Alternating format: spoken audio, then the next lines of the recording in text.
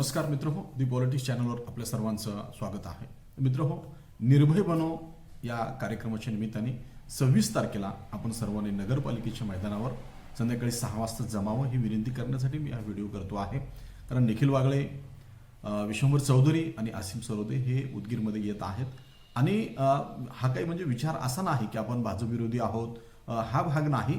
तर लोकशाहीमध्ये लोकशाहीच्या संरक्षणासाठी जे अभिव्यक्ती स्वातंत्र्य दिलेलं आहे, व्हॉल्टेअरने तर असं म्हटलेलं आहे की एखाद्याचं मत मला पटत नसेल, 100% बिलकुल 1% पटत नसेल, तरी सुद्धा त्याच्या अभिव्यक्ती स्वातंत्र्याचं संरक्षण करण्यासाठी मी प्राणपणाने लढलं पाहिजे, याला लोकशाही म्हणतात. आणि या अनुषंगाने रंगाराचुरी आपल्या महाविद्यालयामध्ये आपल्याला विनंती करण्यासाठी आले होते. रंगाराचुरी हे आणीबाणीमध्ये ज्यांनी जेल भोगलेली आहे, उदगीरचं हे वैभव आहे की उदगीरमध्ये 3 लोक आहेत. रंगाराचुरी आहेत, मनोहर पटवारी आहेत आणि पत्रकार चिलरगे आहेत की ज्यांनी आणीबाणीमध्ये सरकारच्या विरोधामध्ये आवाज उठवला आणि म्हणून त्यांनी आणीबाणीमध्ये शिक्षा भोगलेली आहे, ते जेलमध्ये राहिलेले आहे, जेलभरो आंदोलन झालं. आणि आणीबाणीमध्ये इंदिरा गांधीने जे केलं त्याचंही आपण समर्थन करत नाही. त्याच पद्धतीची तानाशाही जर आता येत असेल, पुण्यामध्ये या निर्भय बनोच्या व्यासपीठावर बोलण्यासाठी जात असताना निखिल वागळेवर हल्ला झाला, ही अत्यंत गैर आहे. म्हणजे महाराष्ट्रामध्ये नरेंद्र दाभोळकरांची हत्या आहे, गोविंद पानसरेंची हत्या आहे, गौरी लंकेशची हत्या आहे.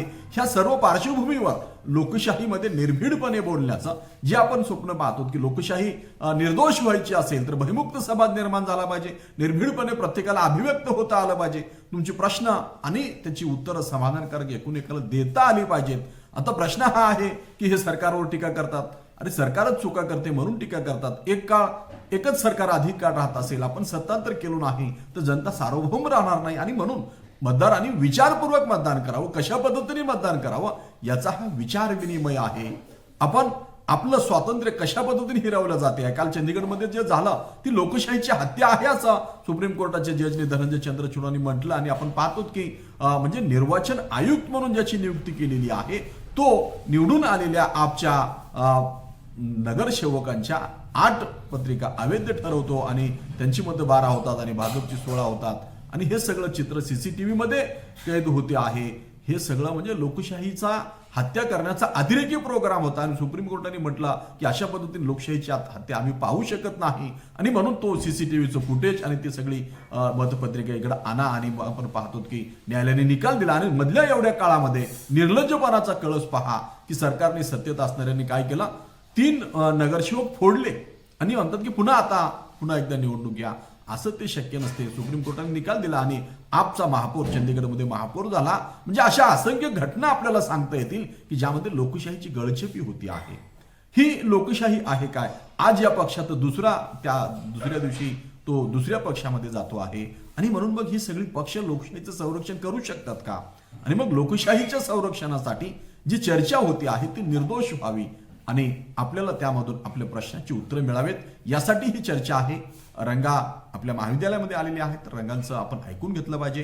कारण हे खरं काम लोकशाहीच्या संरक्षणाचं काम आपलं आहे, प्राध्यापकांचं आहे. आणि बुद्धिवाद्यांचं वैफल्य लोकशाही नष्ट होत असताना जर मौन धारण करून राहिलं तर त्याचा फार मोठा धक्का आपल्यावर बसतो. आणि म्हणून आपल्याला निर्भीडपणे लोकशाहीच्या रक्षणासाठी निपक्षपातीपणे सगळ्यांचंच मूल्यमापन करता आलं पाहिजे. काँग्रेस सुचली तर काँग्रेसच्याही चुका आपल्याला दाखवता आल्या पाहिजेत, भाजप चुकली भाजपच्याही चुका दाखवता आल्या पाहिजे.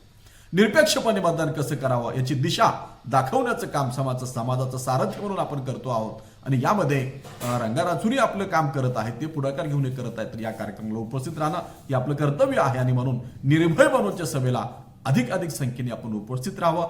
लोकशाही हा विचार काय आहे हा आपण समजून घ्यावा आणि आपल्या प्रश्नाची उत्तर आपण लक्षात घ्यावीत. आणि हे सगळं जे काही चालू आहे हे सगळं थांबवण्यासाठी आपल्याला काय करता येते याची दिशा आपल्याला निश्चित मिळेल. आपण कुठल्याही पक्षाचा विरोध म्हणून नाही तर आपल्या लोकशाहीच्या संविधान बचाव मोमेंट म्हणून ह्या गोष्टी आपण केल्या पाहिजेत. आणि यामध्ये आपण निश्चितपणे उपस्थित राहाल असं मला वाटतं. आपण ऐकू की रंगा कशा पद्धतीने आपल्याला आव्हान करत आहे. साठी चाललेलं असतं. आपण आता राजशाहीमध्ये राहत नाही, नागरिक झालोय. नागरिकाला सत्ता निवडण्याचा अधिकार आहे आणि तो अधिकार माझ्याकडे अबाधित आहे. तो माझा अधिकार ज्यांनी काढून घ्यायचा प्रयत्न करेल त्याच्या मी विरोधात स्पष्टपणे रस्त्यावर आहे. ही भूमिका खरं तर तुम्ही विद्यार्थ्यापर्यंत ती निघायला पाहिजे. मी नागरिक शास्त्र शिकवणार पण नागरिक म्हणजे काय ते सांगणार नाही, हे काय मला म्हणजे हे दुर्दैव आहे.